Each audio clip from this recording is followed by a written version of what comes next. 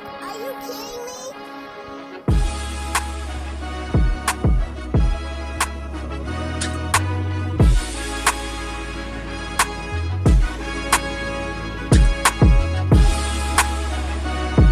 Yeah. Uh-huh.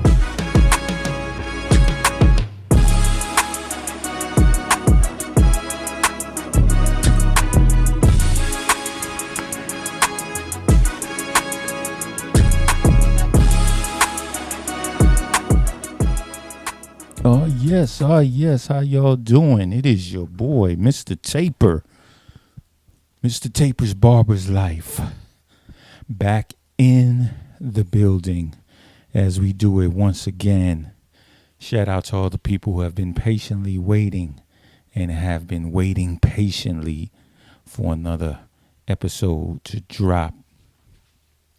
First, shout out to Houston Barber Expo. It goes on this Sunday, Houston, Texas. I found out about it really late. That's too bad because I really wanted to go.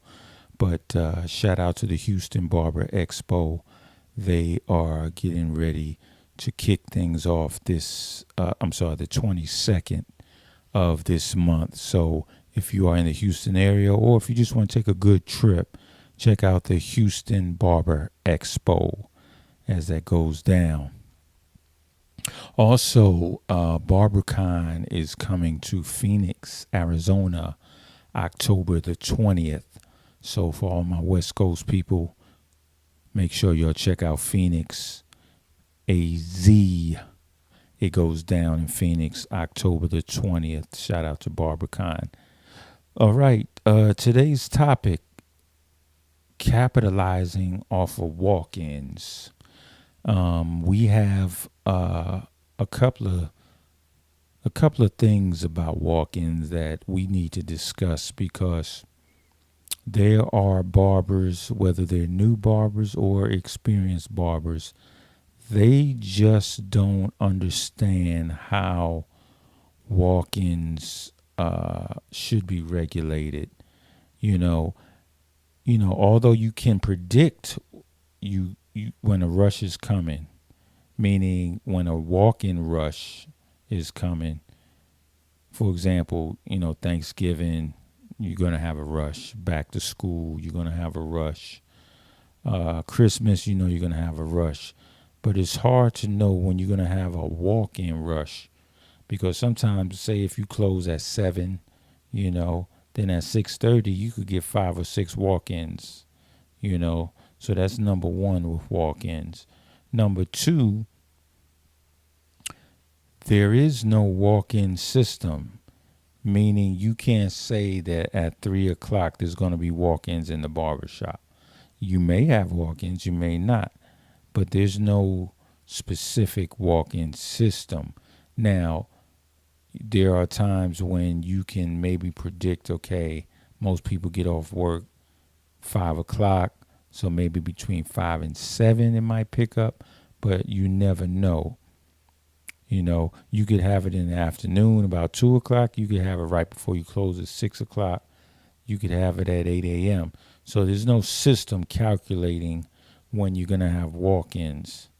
Now, say, for example, I know, like I said, between 4 and 7, there should be a few walk-ins coming in the shop right now because it's back to school. Kids are back in school. It's a more reliable schedule.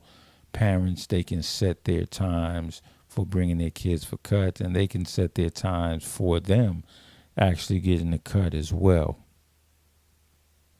All right, number 3, if you're in an area that has a lot of new apartments, a lot of new homes, a lot of new businesses, then there are a lot of new jobs in your city. Then this may seem like common sense, but then you can count on having a significant flow of walk-ins.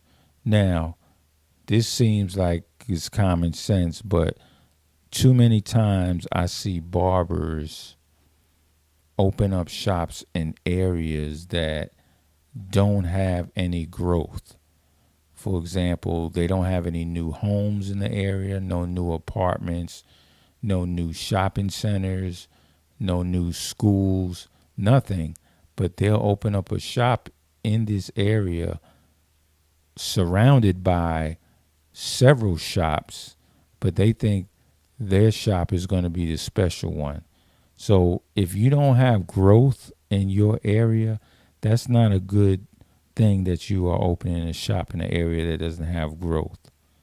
You know what I'm saying? For example, you haven't have a home built in 10 years in your area. There hasn't been a new subdivision built in your area in 10 years. There hasn't been any new schools in your area in 10 years. No new shopping centers in your area for 10 years.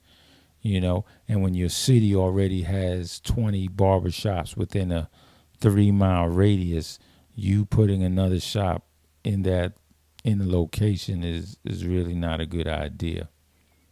I had to learn that the hard way because I did not know any better. I just moved to a new area. I just saw a great rent, and I didn't really check out the demographics fully of the area that I was in, because it went from, I saw some African Americans in the area of my first barber shop, but very quickly I realized that the African Americans were the minority and the Asians were the majority in this particular area. So, when you are opening up a barber shop, you really have to look at the demographic of your location. Okay. Um, let's see. Okay, number 4, when you're sitting around in the barber shop for a long time and a walk-in comes in, sometimes you don't even feel like cutting them because, you get tired, you don't know, you just don't feel like cutting them. But you got to shake that off. You know what I'm saying? You got to start your own rush. Say to yourself, okay, this is going to be number 1, but I'm going to get 5 more, because as crazy as it sounds, it doesn't make any sense. You've been sitting all day. Money comes in, you're turning it down because you don't want money, because you've gotten complacent. So, you've been sitting down for so long, and my real barbers, they know what I'm talking about. It's like you just get tired because you've been sitting for so long. So a walk-in comes in, you're like, whatever, go to the next barber. But take a little walk, shake it off if it's a slow period, get some blood flowing, do something productive, pass out some flyers. I know it's old school, but it still works. You know what I'm saying? Clean your station, top to bottom. When you have a real slow day, your station should be spotless. You know what I'm saying? Every clipper, shelf, barber side needs to be changed. Just wipe down everything. You know what I'm saying? So get that blood flowing when it's a slow period and you're looking for walk-in. Now, there is a walk-in etiquette. This is number 5. There is a walk-in etiquette when it comes to barbershops. You know what I'm saying? And the walk-in etiquette is not grab the first walk-in from the other barber. Whoever can grab the first walk-in wins. No. And I've been in shops where, everybody was like vultures. You know what I'm saying? And walk-in comes in. Oh, I got you next. I got you next. You know what I'm saying? There was no type of etiquette. You know what I'm saying? You should, and once again, this may seem like common sense, but barber number 1 gets the first walk-in. Barber number 2 gets the second. Barber number 3 gets the third. Now, you may say, okay, barber number 1 is busy. Okay, well, barber number 2 gets to walk in. Well, barber number 1 and 2 are already busy. Well, barber number 3 gets to walk in. So you have to have some sort of etiquette, because I've been in shops where barbers are cutting and a walk-in comes in and they say, oh, I got you next. But wait, you're already cutting and you're claiming the walk-in that comes in when there are barbers who are not cutting? That's not fair.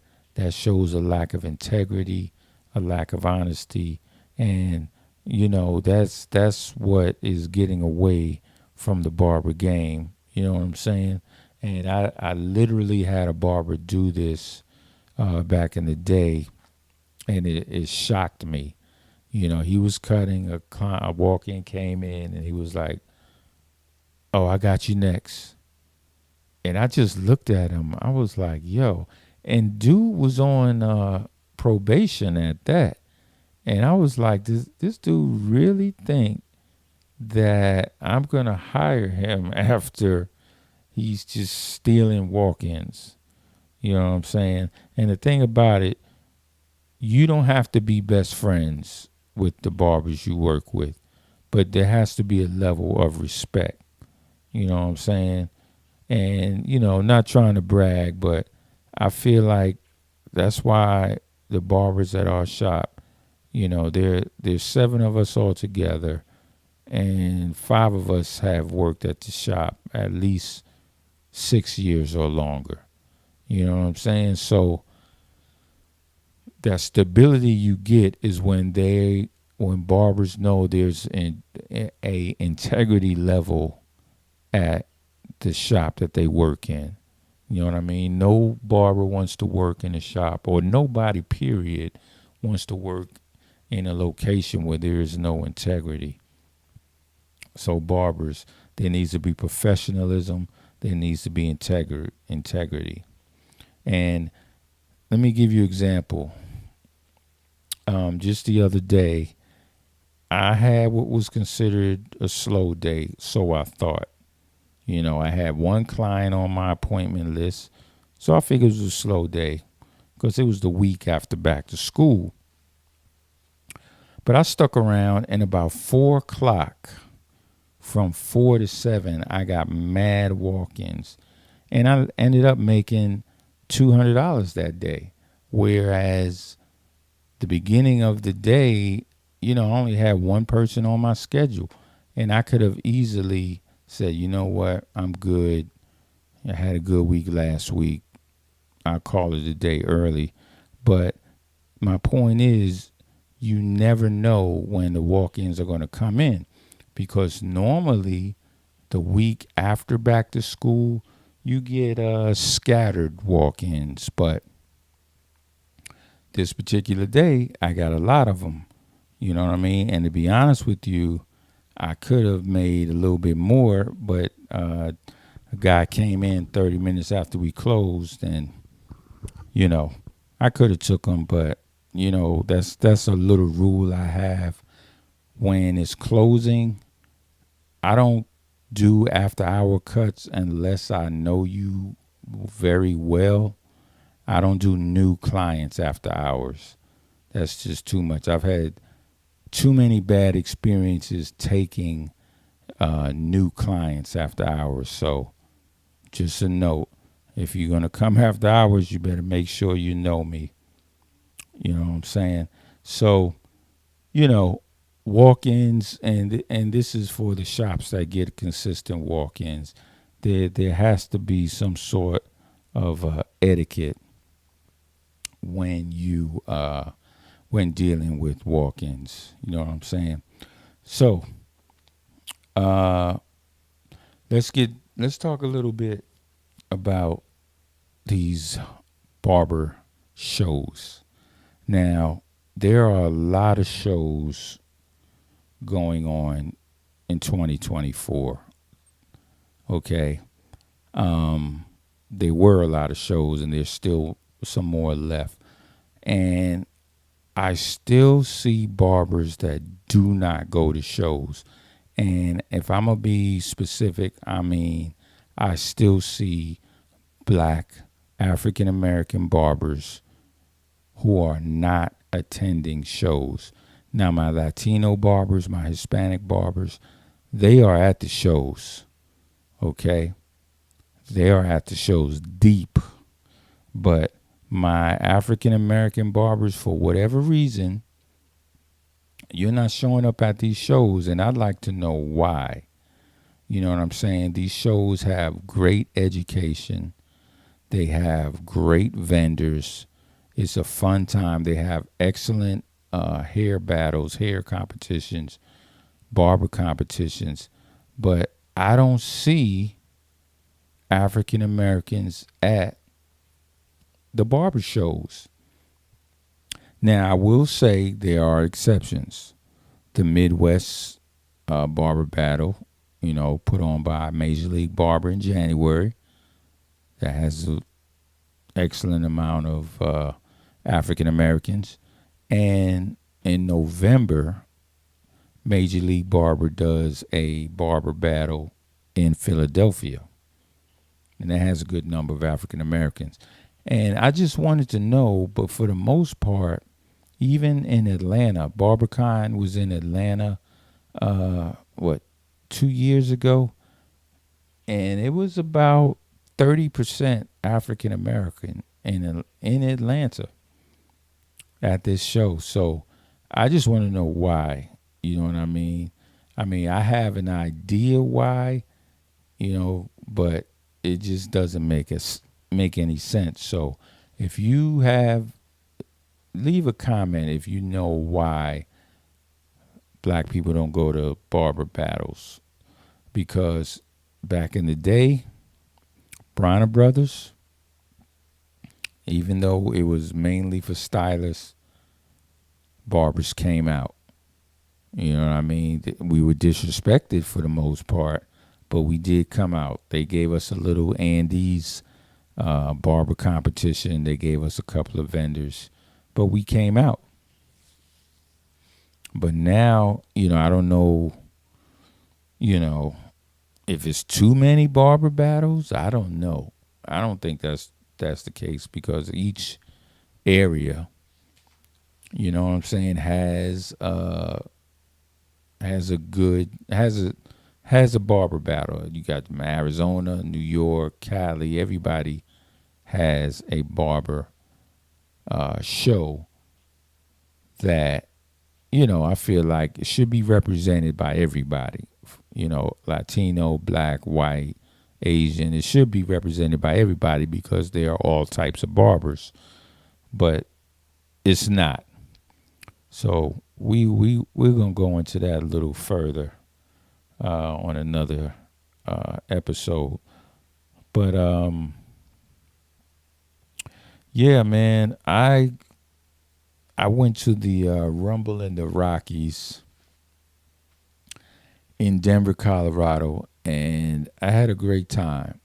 I had a great time. I love Denver.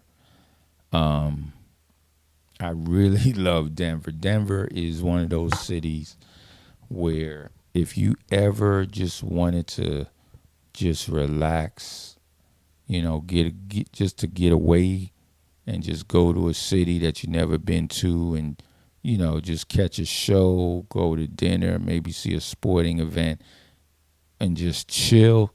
Denver is that city because they definitely did a great job at that particular hair show, Rumble in the Rockies. And the city of Denver itself is a beautiful city.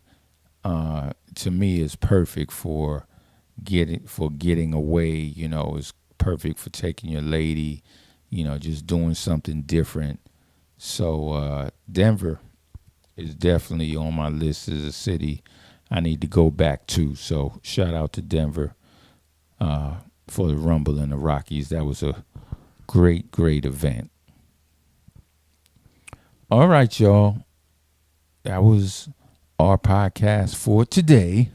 And I hope you enjoyed it. I really hope you did. And we are going to catch up to you later.